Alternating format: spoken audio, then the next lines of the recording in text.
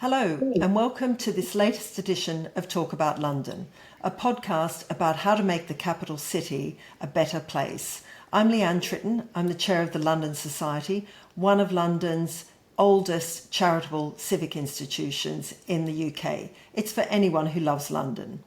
And I'm Dave Hill, a journalist who writes about the politics, development and places of London. I'm the publisher and editor of the website onlondon.co.uk. Okay, so our theme for this show is the construction industry in London, which is so vital to the very urgent task of building new homes in the city, as well as all the other demands for offices and other vital infrastructure. And we have two guests to discuss the many challenges faced by the sector and also its joys and rewards. One of them is Amos Simbo, who is managing director of the construction consultancy Winways, and also the founder of Black Professionals in Construction, BPIC for short, which has 11,000 members. The other guest is Dave Rogers. He's the deputy editor of Building magazine and a journalist who has spent 30 years covering the sector. He can help us to understand what construction bosses are saying to him. So Amos and Dave, welcome to Talk About London. Welcome, and good to be here, Dave. Thank you. I'd like to start by asking each of you what you believe the main challenges for the construction sector are, as there have been so many reports about the fact that we simply don't have the labour to meet the current demand. So Dave, I'm going to start with you.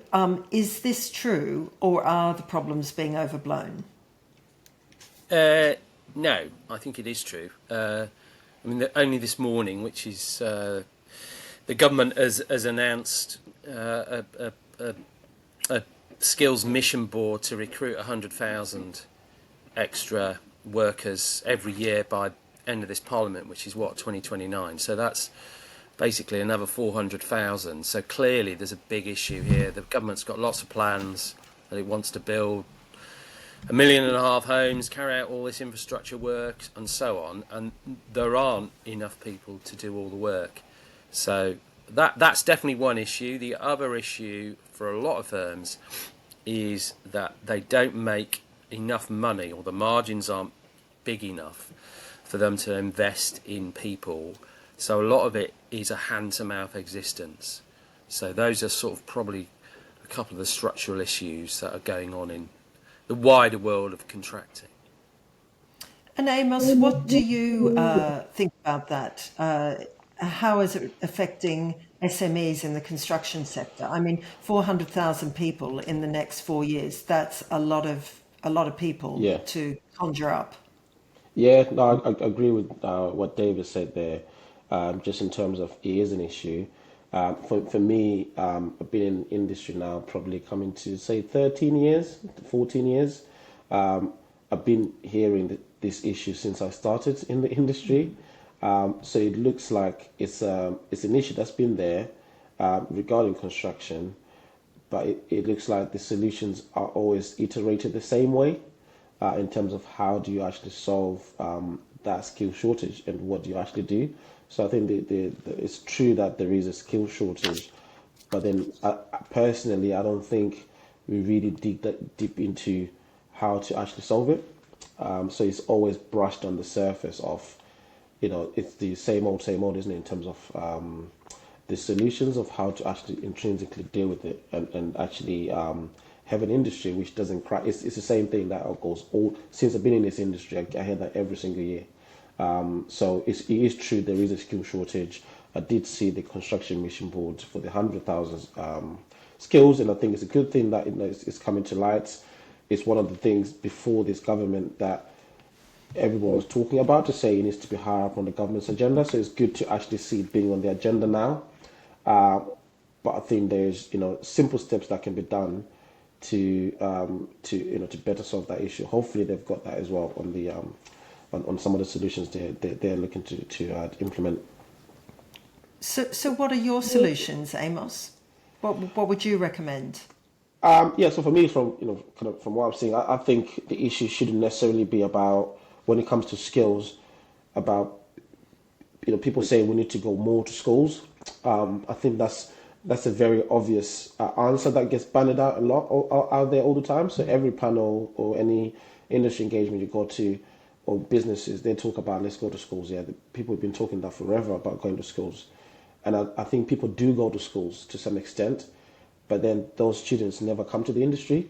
So I think part of the focus perhaps should be on making the industry actually attractive, rather than sort of screaming at kids to come into our industry, which they don't want to come into. Do you know what I mean? So it's like changing, and when you're looking at the attractiveness of the sector, then you're looking at the cultures of the sector, what it's known for, and all the bad things that happen. I think we just got to face those realities, and there's quite a few of them. Like some of the things Dave touched on there in terms of tighter margins. No one knows why there is just tighter margins for the main contractors forever.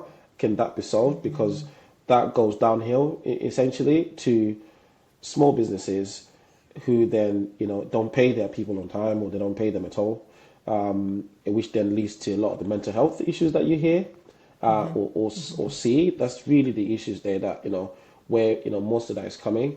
Secondly, I think on my second site when I first started, it was like 4 p.m. and then it was the site manager just said, you don't come back tomorrow. And I was like, oh, is that how you do things here? They're like, yeah, that's how it works. You just tell them not to come back tomorrow, as in that's the job finished. So, and I was like, why didn't you tell them in the morning, that the job is going to finish today? Yeah. And they're like, well, they wouldn't have worked, So that's just the culture. And imagine that person, how they'll feel going home, the job security, all these things. So what ends up happening is these people end up leaving their jobs before their contract ends because they know they're just going to get dropped, last minute sort of thing.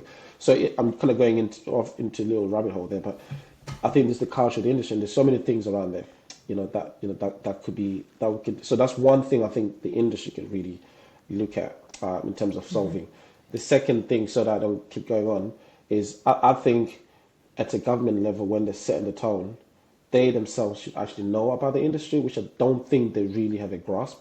So they depend on the actual sector to tell them, which everyone does, but I think there should be like a threshold grasp of what the industry is. To a way that there probably should be a sole construction minister. That's what I think, or infrastructure. That's not doing 10 other jobs. That's just focusing on infrastructure if it's that important. Because it goes from construction, it goes to housing, if there's someone setting the tone. So that's probably the two things I would say there, if you're looking at the solutions, so I don't keep going on forever, Dave Hill, you might have come in here. Your dad was a plasterer. He had a good job. Why aren't kids coming in? Yeah, it's really interesting to me why there seems to be a kind of resistance to coming into the sector. Now, Amos has clearly touched on some of the difficulties there. But okay, so we're going back to when dinosaurs roamed the earth now. But my dad didn't work in London, but he was a self-employed person, ran a small company, skilled manual trade, earned a decent living doing it. Wasn't a wealthy man, but he certainly wasn't a poor man either. It was regarded as a kind of quite a desirable thing to be doing, to be a plasterer. Now, I read a report, I can't remember which one it was, a while ago, talking about some of the problems with getting the skilled people that we need.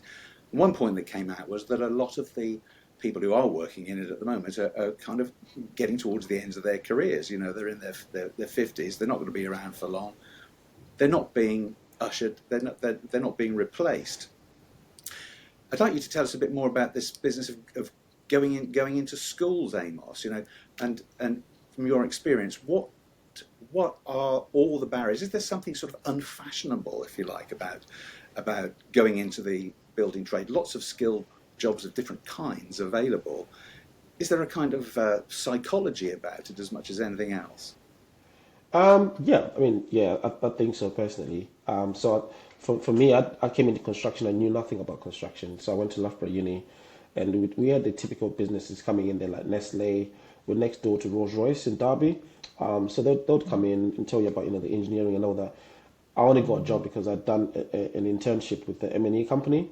I was forced to do it by my dad, and that's all I had on my CV. And then I got a job with the M&E company.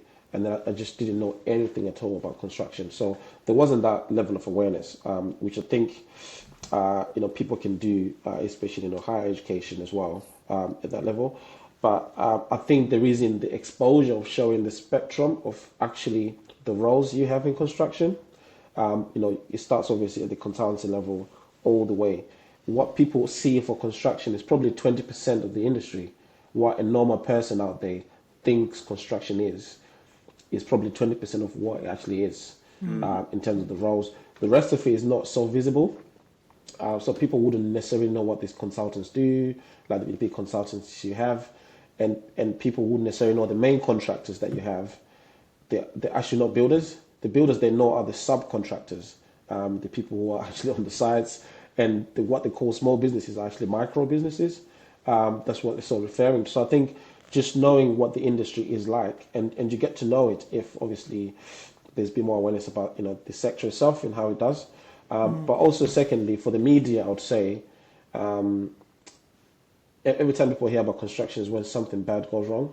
But there's a lot of good things that actually happen in construction. Yeah. But and you can see that because of the whole city, which is up and live. Exactly. Amos, Dave Rogers, can I just go back to this? Because I think Amos has done a great job diving into some of the challenges, but sort of coming back a bit, and your comment about margins for construction companies. Why are they so low? And is this not a perfect time? I mean, I'm not going to suggest having a cartel, but if all of the big contractors got together and said to the developers, we have to charge more. I mean, I'm just wondering what's stopping them raising their prices? Well, because somebody else will do it for cheaper than somebody else. That's basically why that's always happened. And I think the other thing as well is the margins is important, because if you're working in a low margin industry, a lot of it can be not exactly hand to mouth, but if you only need one bad job to happen and then you lose a lot of money, and then your sort of rainy day fund that you might have invested in skills and training and so on has gone down the Swanee because you're having to shell out a load of money to carry out repairs or extra costs that have come on a job. I think the other thing, just one other thing about the image of construction, and that is something that is really hasn't really moved much, is that if you go around any sites in London, a lot of it is you just see people are working outdoors, possibly in all weathers, and quite a lot of people nowadays don't want that. A lot of the kids coming out of school don't want that. And also you see a lot of blokes hanging around a site on their break, maybe having a fag, doing whatever. Some people will go, well, that's just construction, isn't it? And as Amos was saying, there's more to it than that. But the sort of like the window into the world of construction are those sites, and sometimes they're not the best windows into the world of construction, because they can, for some people, be quite off-putting, I think. It's funny you say that, because I've spent a lot of time with construction companies, and it's one of my favourite parts of the sector. I think that they are often pushing the boundaries, trying to do more with very little resources. I like the people involved in construction. I think just what Dave Hill was saying, sorry, it gets a bit confusing with the two Daves, but I think in the UK as well, there is a bit more of a stigma around construction than perhaps in Australia. In Australia, for example, tradies have political weight. People are quite proud to be a tradie. You see them, they all have nice cars, they all do very well. There's a perception that if you're a tradie, you're going to make some money. I think they're respected in the community, whereas I think the UK really lists towards a sort of intellectual bent, doesn't it? You're very proud if your kid goes to university, but if they're a tradie, which we don't call them over here. So I think there's a bit of a cultural thing that needs to be gotten over. The other thing as well, that sometimes over here, barriers to entry are quite low. So that's the other issue. So anyone can rock up in a van and some tools, and there seems to be sort of like a low barrier to entry. And also for a lot of people, their main contact with construction is maybe domestic Yeah. house renovations and things like that. Yeah. So sometimes, if people say, "Yep, we'll get it done by Friday," then it actually Friday comes and goes, and then it's like 2 weeks later, and it's instead of £5,000, it's seven Yeah. thousand pounds. So for a lot of people, it's always kind of like, well, that just happens, doesn't it? So Yeah. I think that's an issue as well, and I definitely think barriers to entry are quite low, and sometimes some of the people in it really shouldn't be in it. Yeah. No, I But it agree is a with great you, with industry. David. It is a great industry, but yeah, Yeah. it's got an image problem, and I don't think it's really ever. I don't know. I don't know if it's ever going to get rid of that. Yeah, I think you can, Dave. I think you actually can get rid of it.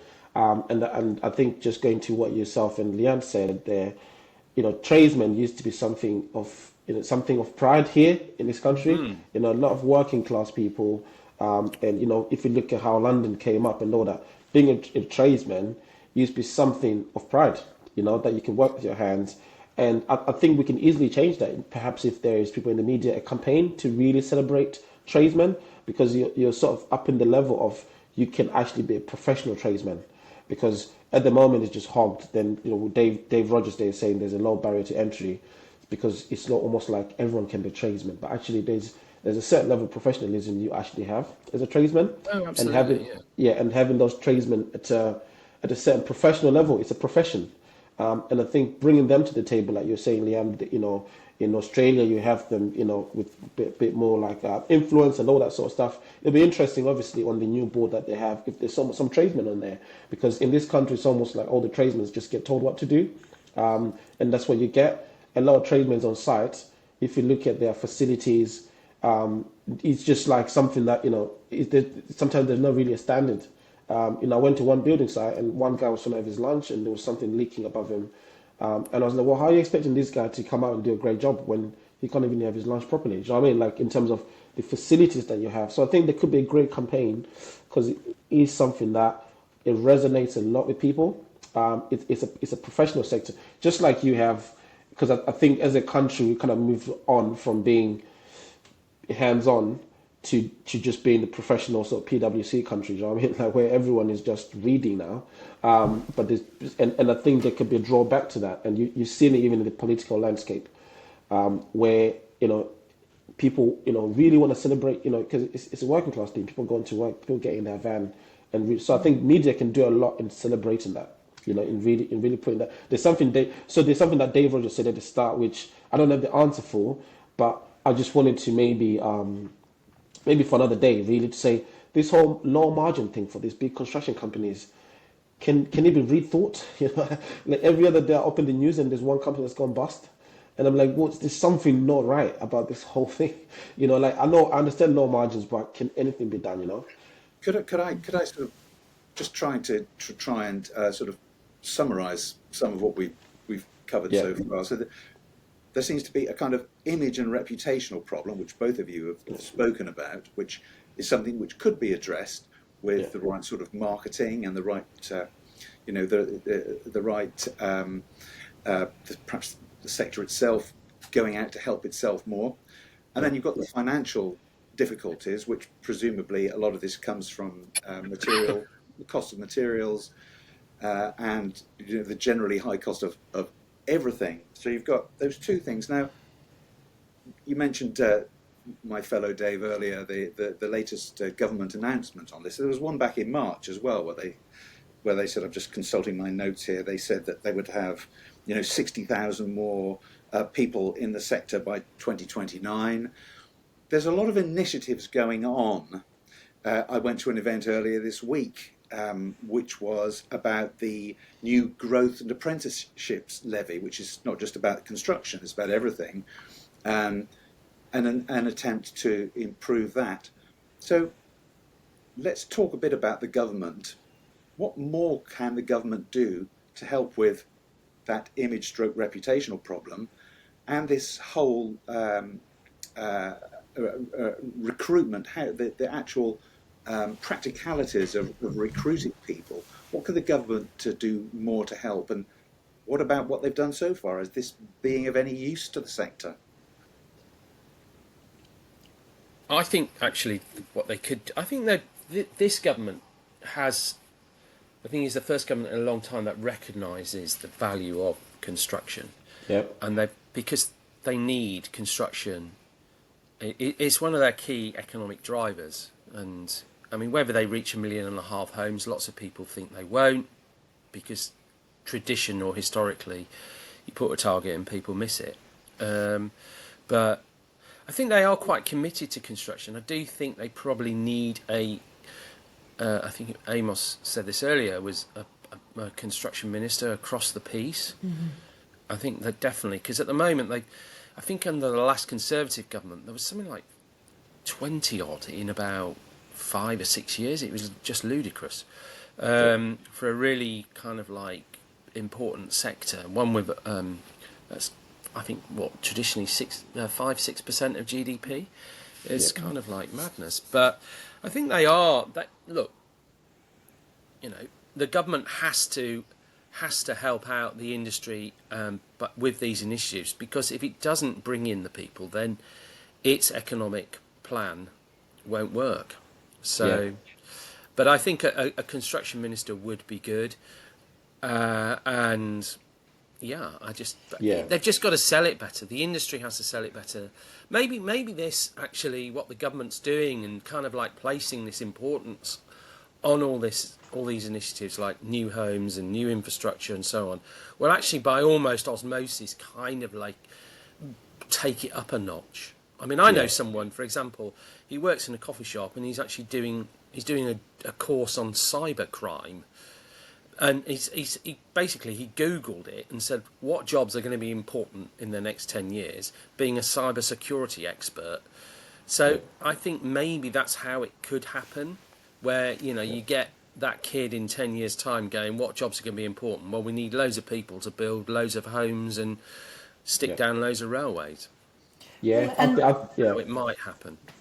Sorry. Yes, I was just. Can I just interrupt for one moment? And the other side of the coin, I know lots of the big construction companies as well have been doing a lot to try and encourage women into the industry. Yeah. And you know, that's such an important part of it. And Amos was talking about facilities on site and things like that. And I know the big companies go to a lot of trouble to make sure that there are very good facilities. But I have been on building sites where the facilities for women are absolute shockers. So there's some very basic things that could be done that are not government led. They're just common sense.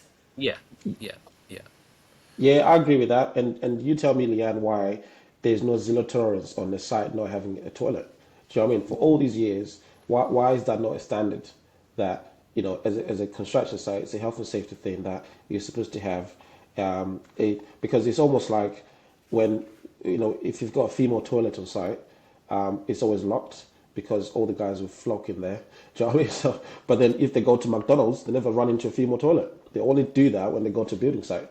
So it's like, what is it about a building site that makes you think that's okay, right? So they should be a standard. But when the question you had, Dave, Hill, was what the government can do is, I think there's you know, slow emphasis now on it. But who's in charge of construction, like as a whole? Who's actually in charge, right? So HS2, they lost billions and billions. Yeah, there's nobody in charge. There's no one you can point to say you presided over this. You did a terrible job. It's just all kind of fizzled out in the air. So you're looking at two parts to say, if it's such an obvious thing, is it by design? Like, is it intended to do that?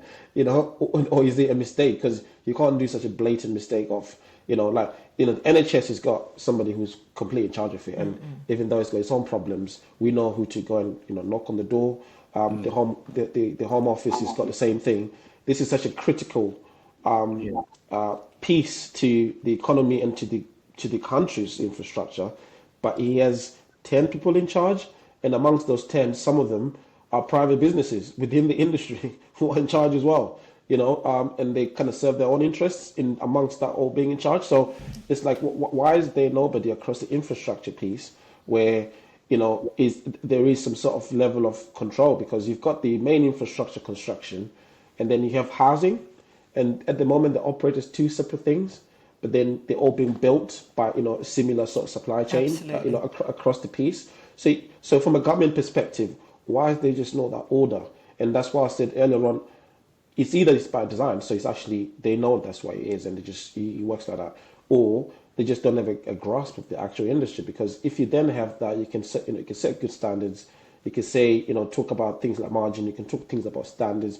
You can actually lead, because at the moment, from what I've seen, the government is led by the industry. They don't lead us, because they don't know. And there's about 20 of them that came in the last government. And so they're more like, they're just as good as me and you, Dave. It's like in terms of giving advice, they just like sit down and say, what should we do? And then I stand up and like, I'm a construction company, I think we should do this. And they go, all right, we'll do that then. So from that leadership, I think it's really lacking. HS2 is a classic example of here is a massive project, but it's just all the news around it is negative. It's late, it's costing billions more than they planned. And so therefore it just says, well, it's construction, in it. That's what always happens. And I think the other thing on HS2 is that the reason why, though, the costs have gone up, and I think this is the government's fault, is because they basically roped in a load of contractors, the designs weren't nailed down, and they were trying to get costs nailed down before the designs were. And no contractor in their right mind is going to sign up and say to a government, whatever colour, and say, right, we can do this job for 200 million quid and we'll fix the price at 200 million. No one in their right mind is going to do that. They don't know what the ground conditions are like. They don't know if the design hasn't been nailed down. The design could change. It's in terms of engineering, it's a really good project, but it's just got a terrible reputation, and unfortunately, it's just a sort of a negative for the industry as a whole. Yeah, of which it could have been like a massive positive, because big Look railway at the line. I know, it could be really good. Absolutely. So that if you're a consultant and the government is giving you like an endless rope, that's the dreamland there, because it's like, well, I can be here forever. So you're almost incentivizing consultants not to finish, because why would they? And I don't blame them, because that's not their job. I mean, you could talk about ethics, whatever, but in that instance, they'll just be like, okay, we're here forever, we'll sit around, because these guys have no clue what they're doing, and they just said, start. We don't know when you're going to finish, so just keep going, and then you can iterate it as many times as you want, because you're going to be left with just rail at the moment, right? Which goes nowhere. But then the procurement trend. Anyway, go. So hi, Dave and Amos. This is really fantastic. I fear we're slightly depressing ourselves though, so I'm going to try and swing it back for a moment and some of the positives. And I think that Amos, your point about having a minister who understands the whole iteration of construction is so important. And again, we're talking a lot about green jobs. And I met a young guy the other day who's out of school and with the same view of what are the jobs you're going to be doing in the future. And I said, get into heat pump installation. That is going to be, where you will be making a lot of money for the next 15 years. And the performance of those is improving all the time. And this is the way we're going. So with that in mind, where are the positives? Are there big innovations coming through AI? It's a boom time. We need construction. There's lots of work around. So where do you see the positives in the industry? Well, I can start with that. No. I can start. I can see loads of positives. Like I said initially, you just have to look around the city or the country, and what you're looking at is what the industry has done. Yeah, it's right in your face. So in terms of what the industry is such a positive industry, such a positive industry for employment, but for the infrastructure that we are actually unlocking. I think there's a lot to be said about what's actually existing. What the country's done. Like what Dave Rogers was saying earlier on, we just don't see it. But on HS2, there's a lot of amazing things that happen there. You know, they're boring tunnels. It's that like, you know, like crazy like lengths. You Yeah, know, look at we just don't Crossrail. see it. Crossrail's Yeah, fantastic now. yeah, Yeah, exactly. Dave yeah. Hill, have you got any more to add to this? No, I don't think so. I think I've asked all my dimwit questions, and there's been a tremendous amount of ground covered. It's been great to have you both on. Lots of food for thought and things that I can certainly follow up, perhaps in future articles. So you may be hearing from me again, but I'd just like to thank you both very much for enlightening us so much. Yes, yes. And I think that we will definitely come back to this because I think we're all in agreement. This is a fundamental part of the economy and the need to deliver all the housing, all the infrastructure, and unless we get our hands around this. And as Amos said right at the beginning, we've been talking about skills in the construction industry for as long as I've been in London, which is about 30 years. So we do need to get our heads around it. And I cannot believe that a minister would not bite their arm off to try and become the construction minister. In my experience, politicians absolutely love the opportunity to put a hard hat on. It's the one thing they always turn up for. There's something visceral about being on a building site and saying we're building. So I think we can get that over the line. I think one thing as well, Leanne, just as an aside on all of that, you look at the pictures now, you'll see Angela Rayner and Yeah. you'll see Rachel Reeves in high vis and hard Yes. hats. I think what was staggering, just as one observation, I don't think Rishi Sunak ever visited HS2, Yeah. and he was Yeah. the Prime Yeah. Minister. Wow. Jeremy Hunt did, who was the Yeah. Chancellor, but Rishi Sunak never went to HS2. I suspect that's because he wasn't in favour of HS2, but nonetheless, at the end of the day, the bloke's the Prime Minister, and is shelling out billions of quid of taxpayers' money on a massive infrastructure project, and didn't rock up. I'm like, what are you doing, mate? You know, you've got to get there. And I just think the mood music from people like Angela Rayner, Rachel Reeves, as you say, Leanne, is they do like being seen in a hard hat. But I think it's kind of like, get a hard hat on, get a high vis on. We're a government of action. We want to build things, you know, plan for change. I mean, I'll be honest, get a bit fed up of reading plan for change. But it's like they do want to crack on and get on with it. They do seem to want to do that. Yeah. And I think sort of leading by example is a good thing on that point. And I know I was wrapping up, but I'm just going to add one more thing into this very interesting discussion, and that is about attracting people from white collar jobs, because there's something happening in the white collar industry that I don't think anyone has dug into enough. And that is the fact that a lot of white collar jobs are completely unfulfilling.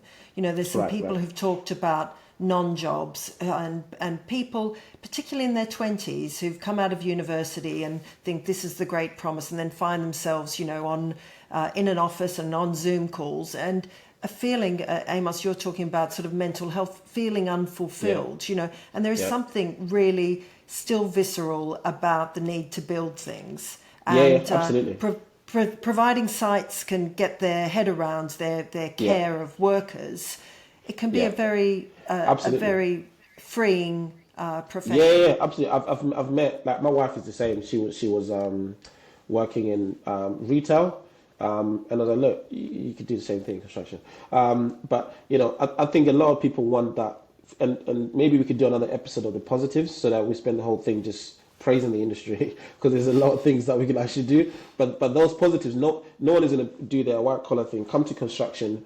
And they're like, yeah, but over here, you don't get a toilet. You need to go to Starbucks to do that. So if we fix our act, we actually have a very, very big, attractive industry to have, because like you said, we have two offices. One, your actual office. The other one is your building site. So it gives you loads of flexibility. When working from home came after the pandemic, I was saying to people, I was already working from home in some instances, because you would leave your site, you know, work from home. You know, there's so much flexibility. So there's so much about the industry that if you do a day in the life of anybody, you see so much positives. So like I said, maybe a campaign that can be done on the industry so people can see it, because I think it really, really attracts people from other sectors. I've seen it so many times with my friends who actually want to come and work in the industry. seeing, and that's what actually attracted me, because the engineering I did was just too much sitting on a computer, and designing engines, which I didn't particularly enjoy. And then when I came into construction, I thought, this is my world. Brilliant. Well, thank you so much. We're going to wrap up now, and we will have you back again. Really fascinating. Thank you, Amos, Simbo, and Dave Rogers, for joining us and talking about construction and how we can get London building all of our houses. So thank you very much, and goodbye. Goodbye Brilliant. all. Thanks so much. Bye. Thank you.